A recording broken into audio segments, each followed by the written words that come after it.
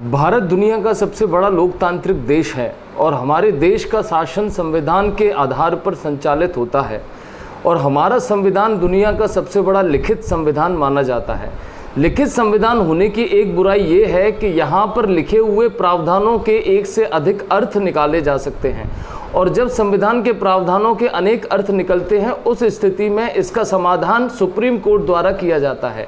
यदि किसी संविधान में लिखी हुई बातों में द्विअर्थी भाव प्रदर्शित होते हैं या विरोधाभास प्रदर्शित होता है तो इस बात को सॉल्व करने के लिए हमें सुप्रीम कोर्ट की शरण लेना पड़ता है।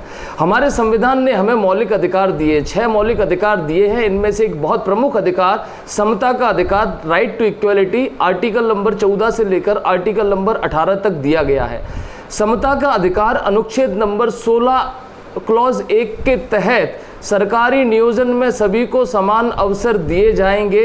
इसके बाद अनुच्छेद नंबर 16 का क्लॉज 4 कहता है कि यदि किसी विशेष जाति को पर्याप्त प्रतिनिधित्व नहीं मिलता है तो राज्य उसके लिए आरक्षण की व्यवस्था करेंगे। यहीं से हमारे देश में एक ऐसा शब्द इंट्रोड्यूस हो जाता है जिसको हम कहते हैं आरक्षण। संविधान के अनुच्छेद 16 के क्लॉज 4 के तहत राज्य को ऐसी व्यवस्थाएं करनी चाहिए कि अगर किसी जाति को पर्याप्त प्रतिनिधित्व नहीं मिल रहा है तो उसके लिए आरक्षण की व्यवस्थाएं की जाए। इसी क्रम में 1953 में पहले पिछड़ा वर्ग आयोग का गठन किया गया। ये पिछड़ा वर्ग आयोग का गठन इसलिए किया गया ताकि पिछड़ी जातियों के बारे में पता चल सके। इस आयोग की रिपोर्ट के मुताबिक लगभग 3700 पिछड़ी जातियां पहचान की गई। कालांतर में आगे जाकर मोरारजी की सरकार के समय पर 1 जनवरी 1979 को द्वितीय पिछड़ा वर्ग आयोग का गठन किया गया और इस द्वितीय पिछड़ा वर्ग आयोग के अध्यक्ष थे बीपी मंडल। बीपी मंडल की अगुवाई में इस आयोग ने, इस कमीशन ने दिसंबर 1991 में अपनी रिपोर्ट पेश की और इनकी रिपोर्ट के मुताबिक पिछड़ा वर्गों को 27% आरक्षण दे देना चाहिए था। इसी क्रम में पीवी नरसिम्हा राव सरकार ने 1991 में 27% ओबीसी आरक्षण दिया। साथ ही साथ 10% आर्थिक रूप से पिछड़े वर्ग के लोगों को आरक्षण प्रदान कर दिया। लेकिन 1992 में सरकार के इस फैसले के खिलाफ एक अधिवक्ता महिला इंदिरा साहनी सुप्रीम कोर्ट पहुंच गई। इंदिरा साहनी के मुताबिक सरकार ने संविधान का सही अर्थ नहीं निकाला। संविधान के अनुच्छेद नंबर 16(4) और 16(1) में विरोधाभास उत्पन्न कर दिया।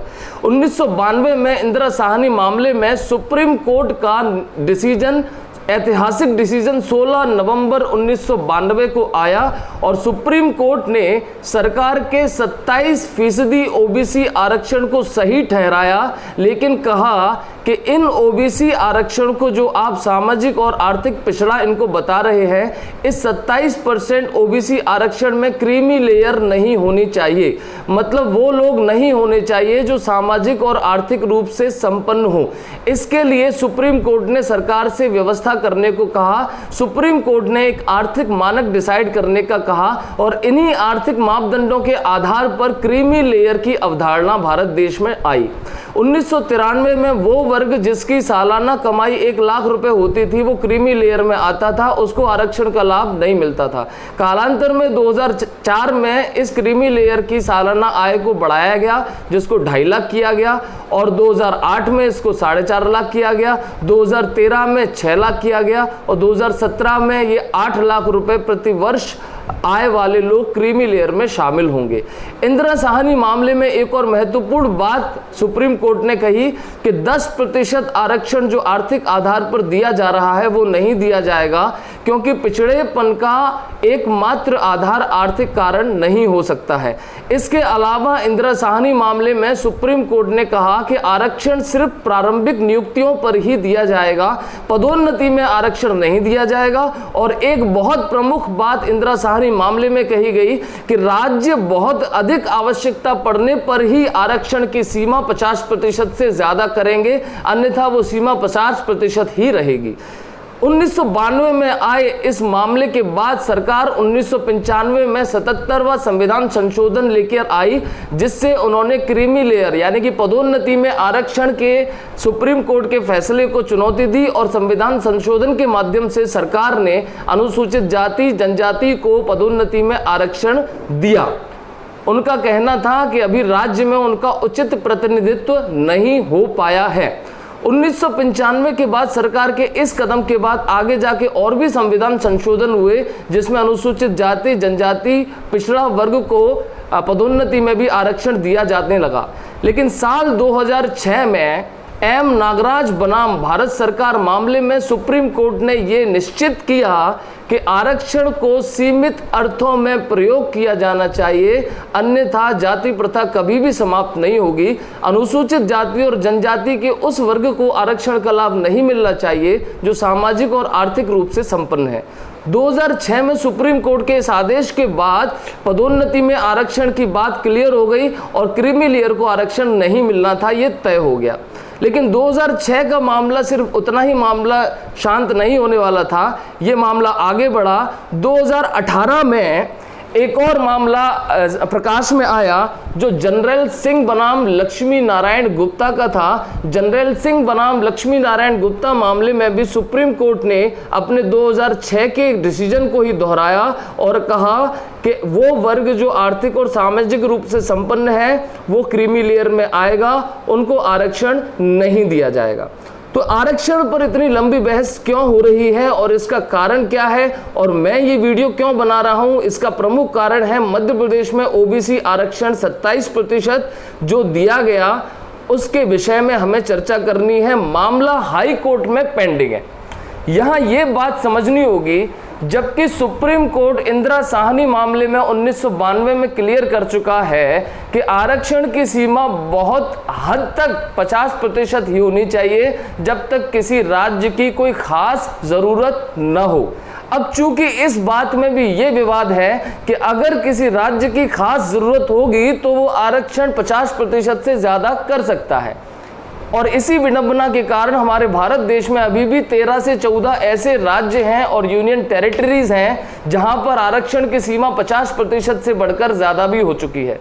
आरक्षण देना उस राज्य की जनसंख्या पर निर्भर करता है, लगभग संविधान ने हमें ये बताया। पूर्वोत्तर राज्यों में जहां पर अनुसूचित जनजातियों के लिए 80% तक आरक्षण का प्रबंध है, वहीं हमारे मध्य प्रदेश में अनुसूचित जाति को 16% आरक्षण, अनुसूचित जनजाति को 20% आरक्षण, जबकि 10% ईडब्ल्यूएस आरक्षण और सामान्य और पिछड़ा वर्ग को 27% आरक्षण देने की जैसे ही सरकार ने बात कही तो ये मामला 73% आरक्षण पर पहुंच गया और इसके खिलाफ अपील दायर हुई। हाई कोर्ट ने अपील सुनवाई। अब मुद्दा ये है कि सुप्रीम कोर्ट कह चुका था कि आर्थिक और सामाजिक रूप से पिछड़े लोगों की सूची में अगर कोई भी संशोधन करना हो तो लोगों को सुप्रीम कोर्ट ही आना पड़ेगा। इस कारण से मोदी सरकार 2018 में 102वां संविधान संशोधन लेकर आई, जिसके आधार पर संसद को ये तक शक्ति मिल गई कि वो सामाजिक और आर्थिक रूप से पिछड़े लोगों की सूची में संशोधन कर सके। इसी 102वें संविधान संशोधन के बाद ही ईडब्ल्यूएस को 10% आरक्षण मिल पाया था। लेकिन बात यहाँ ये है कि अगर आरक्षण राज्यों के आधार पर दिया जा रहा है और अगर राज्य अपनी परेशानियां बताते हुए उस आरक्षण को 50% से आगे ले जा रही है, तो फिर सुप्रीम कोर्ट के उस कानून का फिर क्या कहना हुआ, उस कानून की वैलिडिटी क्या हुई? ऐसे तो कोई भी राज्य सरकार अपने यहाँ अपनी स्थितियों का हवाला देते हुए आरक्षण लागू कर दे। लेकिन महाराष्ट्र में 2018 में जैसे ही महाराष्ट्र सरकार आर्थिक और सामाजिक आरक्षण का एक बिल लेकर आई 2018 में, और उस बिल में मराठा आरक्षण की बात की गई थी कि 16% मराठा लोगों को आरक्षण दिया जाए। इसके खिलाफ भी सुप्रीम कोर्ट में याचिका दायर की गई और जून 2019 में महाराष्ट्र सरकार के इस बिल का सुप्रीम कोर्ट ने विरोध किया और इस बिल को कैंसिल करा दिया गया।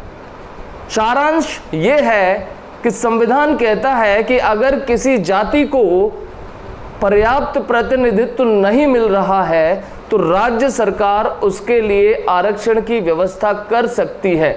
लेकिन जैसे ही राज्य सरकार अपने यहाँ उस जाति विशेष, उस वर्ग विशेष के लोगों के लिए आरक्षण की व्यवस्था करती है, वैसे ही संविधान का अनुच्छेद नंबर 16 क्लॉज 1 यहाँ कहीं ना कहीं परेशानी में फंस रहा है, क्योंकि 16(1) के मुताबिक सभी को नौकरियों में समान हक यानी कि सभी को समान अवसर मिलना चाहिए। इसका मतलब ये है कि अगर 100 लोग हैं तो 100 लोगों में अगर 30 रिक्तियां हैं तो सभी को बराबर मौका मिलना चाहिए, वो 30 रिक्तियां हासिल करें।